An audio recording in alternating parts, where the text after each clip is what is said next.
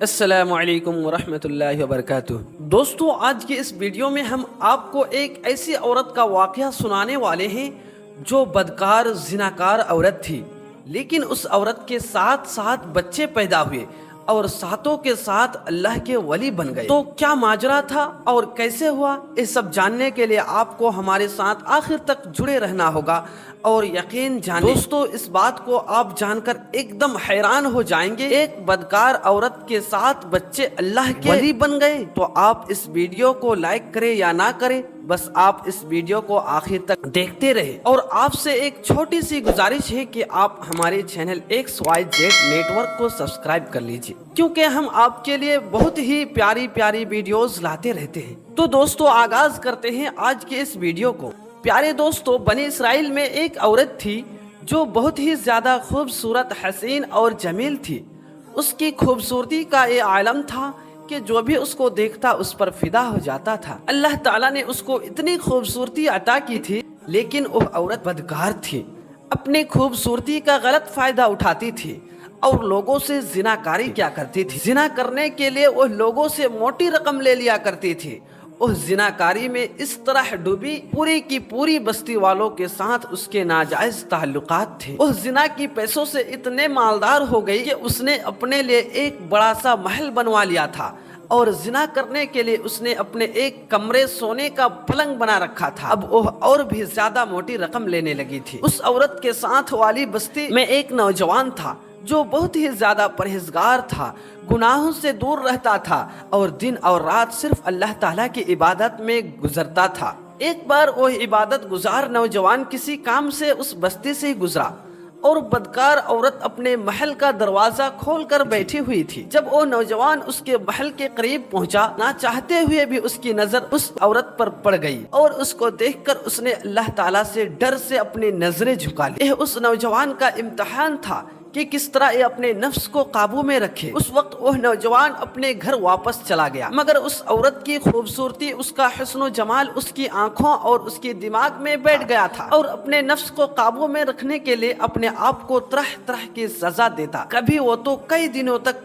بھوکا پیاسا رہتا تھا، اور کبھی آگ کے سامنے کھڑا ہو کر اپنے جسم کو آگ کی تپش میں جلاتا، لیکن اس عورت کا خیال ذہن اور دل سے نہیں نکلتا۔ پھر وہ تسبیح تلاوت میں جب بیٹھتا تھا تو اس کا دل نہیں لگتا تھا۔ اس نے روزے بھی رکھے، لیکن اس عورت کا خیال نہیں نکل پایا۔ ایک دن اس کو شیطان نے بہکا دیا تو اس نے سوچا کہ جب میں اس کے خیال سے نکل نہیں پا رہا ہوں تو اسے مل لیتا ہوں۔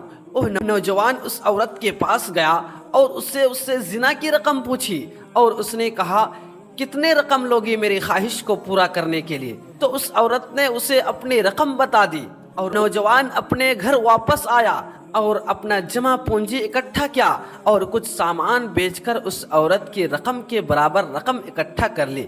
پھر اس عورت کو یہ رقم لے جا کر دے دی۔ اس وقت بدکار عورت نے اس نوجوان کو اپنے ساتھ پلنگ پر بیٹھا کر اس کے ساتھ چھیڑ چھاڑ شروع کر دی۔ تو یہ نوجوان ایک دم بے چین ہو کر کانپنے لگا اور سوچا کہ اتنے سال میں نے نیکیاں کی، عبادتیں کی، میں جہنم کی آگ کو کیسے برداشت کروں گا؟ میرا رب تو مجھے دیکھ رہا ہے۔ بس اس کا خیال دل میں آنا تھا کہ اللہ تعالیٰ کا ڈر دل پر غالب آ گیا، اور اس نوجوان نے اس عورت سے کہا کہ اے عورت، تم مجھے چھوڑ دے، مجھے جانے دے، میں ایک کام نہیں کروں گا جس سے میرا رب ناراض ہو جائے۔ جو تجھے رقم دی ہے وہ چاہے مجھے واپس دے یا نہ دے، لیکن مجھے چھوڑ دے، مجھے واپس جانے دے۔ اس عورت نے اسے چھوڑ دیا اور کہا کہ جا، نکل جا یہاں سے۔ پھر اس عورت نے سوچا کہ میں نے نہ جانے کتنے لوگوں کے ساتھ زناکاری کی ہے، لیکن اس نوجوان نے تو میرے ساتھ کوئی بھی زنا نہیں کیا، اور اتنا ڈر گیا، اس کے دل میں اتنا اللہ تعالیٰ کا زیادہ خوف آ گیا کہ یہاں سے واپس بھاگ گیا اور اپنی رقم بھی چھوڑ گیا۔ پھر اس عورت نے اس نوجوان کے بارے میں بہت زیادہ سوچا، دنوں رات اس کے بارے میں سوچتی رہی، اور پھر اس کا پتہ لگانے کے لیے اس کی بستی میں چلی گئی۔ اس کا پتہ پوچھتے پوچھتے اس کے گھر کے پاس جا پہنچی۔ جب اس عورت کے گھر کے پاس پہنچی تو اس نے دروازہ کھٹکھٹایا۔ اس کے چھوٹے بھائی نے دروازہ کھولا اور اس نے کہا کہ کیا کام ہے؟ تو اس عورت نے اس نوجوان کے بارے میں پوچھا کہ وہ کہاں ہے؟ تو اس کے بھائی نے کہا کہ وہ میرا بڑا بھائی تھا، اس نے نہ جانے ایسا کون سا گناہ کر دیا تھا کہ ڈر کے مارے کل رات ہی اس کا انتقال ہو گیا۔ یہ بات سن کر وہ عورت بہت حیران ہو گئی اور سوچنے لگی کہ اس نے تو کوئی گناہ بھی نہیں کیا تھا، پھر ڈر کے مارے، اللہ کے خوف کے مارے اس کا انتقال ہو گیا، اور میں کتنی بدکار ہوں، روزانہ جانے کتنے گناہ کرتی ہوں، میرا کیا بنے گا۔